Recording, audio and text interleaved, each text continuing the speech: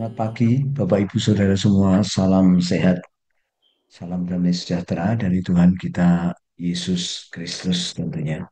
Bapak Ibu Saudara yang dikasihi Tuhan, mari kita merenungkan Tuhan bersama-sama. Kita kita hari ini belajar melihat ciri-ciri orang yang belum bertumbuh, Bapak Ibu Saudara ya. Ciri-ciri orang yang belum bertumbuh. Jadi walaupun dia ada di pelayanan, ada di gereja, tetapi eh, tidak bertumbuh gitu.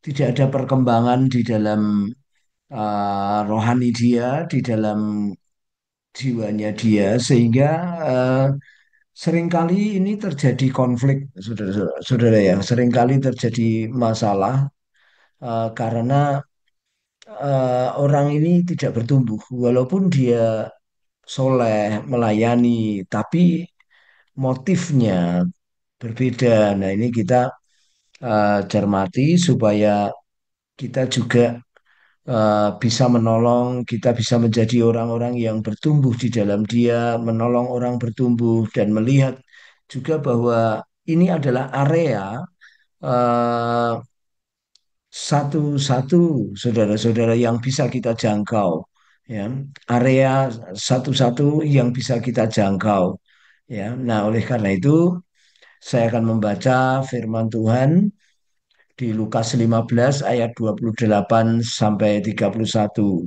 Maka marahlah anak sulung itu dan ia tidak mau masuk, lalu ayahnya keluar dan berbicara dengan dia.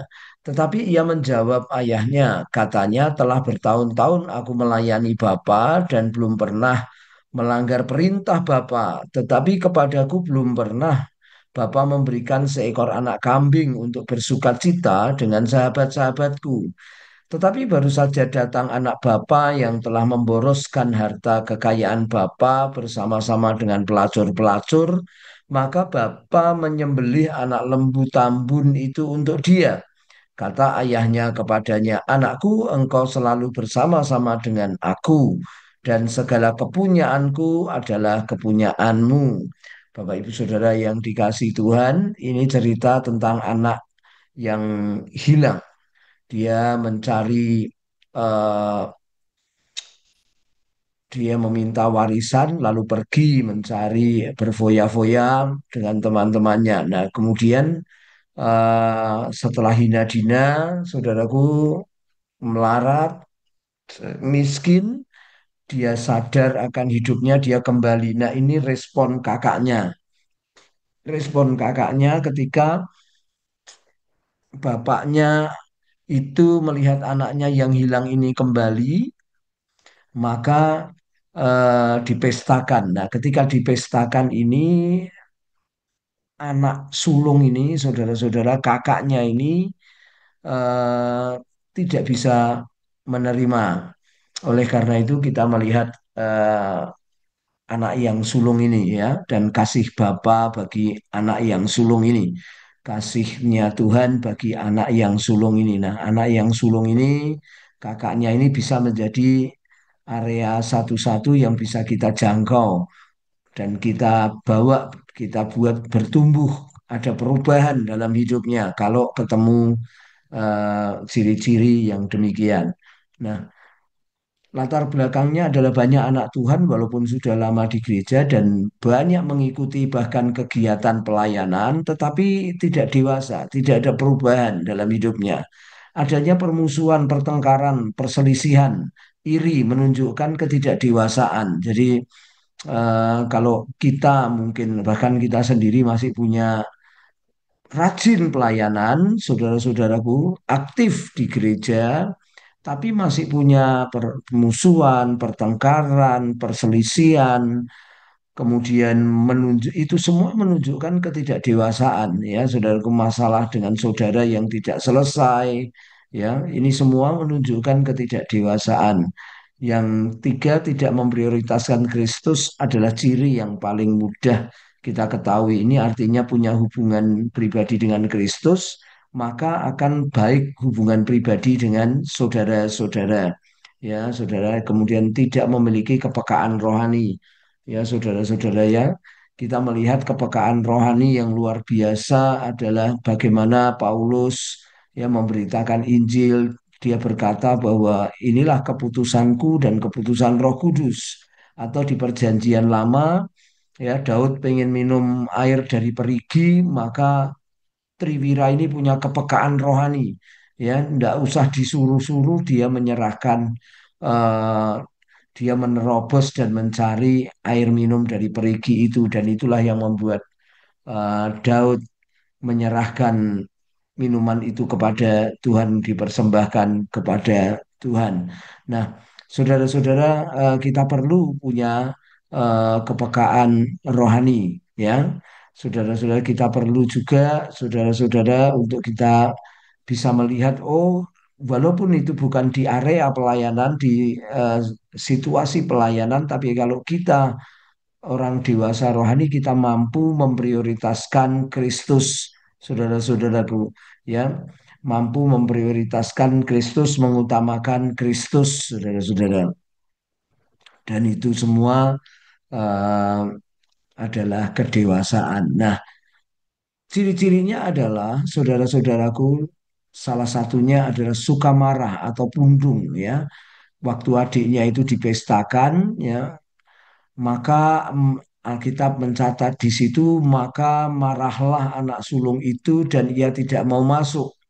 Lalu ayahnya keluar dan berbicara dengan dia. Jadi kayak kalau Bapak Ibu Saudara punya adik, anak yang masih kecil ya, dia minta sesuatu, lalu atau dia ingin sesuatu, lalu dia tidak tercapai, maka marah, ya. Dan marahnya itu, saudara-saudaraku, membuat papahnya itu harus merayu-rayu, mamahnya harus merayu-rayu, kakaknya harus merayu-rayu, ya, saudara-saudara, supaya dia berbicara dengan ayahnya dan mereda eh, pundungnya. Seringkali kita melihat banyak sekali orang sudah melayani tapi masih suka marah, kemudian pundung, ya, saudara-saudara, tidak mau berbicara, diam-diaman, iri, saudara-saudara, ya, itu semua menunjukkan ketidakdewasaan. Walaupun ini anak ngomong bahwa aku telah melayani engkau, gitu ya. Nah, yang kedua, saudara-saudaraku, punya sifat menghakimi atau menyalahkan Allah atau Tuhan atau orang lain, ya. Di sini, di peristiwa ini, saudara-saudara, kita melihat anak itu mengatakan, ya, jadi kepada bapaknya itu, aku tuh telah bertahun-tahun melayani bapak, belum pernah bapak belum pernah bapak menyembelihkan aku, ya, itu saudara-saudara, ya. Jadi bapaknya malah kena penghakiman, bapaknya malah didiskreditkan, saudara-saudaranya. Seringkali kita melihat anak-anak, orang-orang yang tidak bertumbuh, dia menghakimi, menyalahkan Tuhan atau orang lain. Dia tidak mengintrospeksi, saudara-saudara, ya. Dia tidak menganalisa, kenapa saya begini, kenapa saya punya emosi seperti ini, kenapa saya punya hati seperti ini. Ya, masih punya iri, ya, orang dipakai Tuhan, saudaranya dipakai Tuhan, diberkati Tuhan. Dia fokusnya masih aku dan aku. Nah, ini menunjukkan orang tidak dewasa. Yang ketiga adalah melayani dengan motif yang tidak tulus, ya. Saudara-saudara, ya, kita melayani mestinya itu sebagai ucapan syukur kita kepada Tuhan. Saudara-saudara, kita bersyukur karena Tuhan telah selamatkan kita, maka kita mau melayani, ya, kita mesti benarkan atau dibenarkan dulu motifnya. Ya, anak ini berkata, telah bertahun-tahun aku melayani Bapa dan belum pernah aku melanggar perintah Bapa.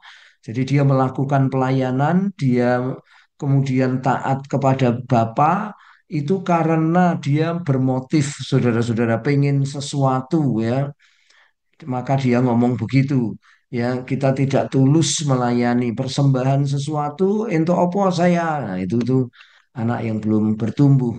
Yang berikutnya adalah menuntut hak ya. Tetapi kepadaku belum pernah Bapa memberikan seekor anak kambing untuk bersukacita dengan sahabat-sahabatku, katanya gitu.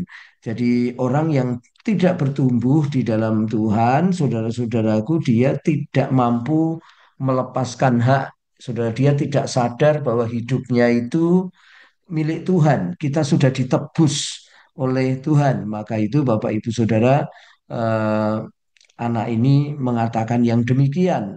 Ya, dia mendiskreditkan Bapak, ya, dia menuntut haknya. Aku udah rajin ini, Pak Gembala, apa ini yang belum dapat apa ini gitu ya, saudara-saudaraku ya.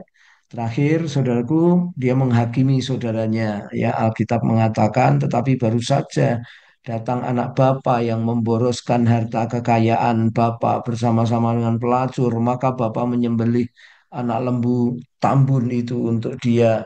Selalu pandangannya negatif, saudara-saudaraku, terhadap sebuah perubahan oleh orang-orang, saudara-saudara ya, pandangannya negatif, cenderung menghakimi. Maka itu saudara-saudara, perlu orang ini, saudaraku, kasih Bapak, ya. Kalau Bapak Ibu Saudara ketemu dengan orang-orang yang demikian, dia perlu kasih Bapak, ya. Bapaknya ini ngomong, anakku, engkau selalu bersama-sama dengan aku dan segala kepunyaanku adalah kepunyaanmu. Nah, mari Bapak Ibu Saudara, ketika kita ketemu ini bisa terjadi di kantor, bisa terjadi di kampus, sekolah ya. Kita harus punya kasih Bapa. Kita berdoa bagi dia supaya kasih Bapa menjamah dia. Kita memperhatikan seperti Bapa, maka saudara-saudara yang mengalami demikian bisa selesai. Mari kita berdoa.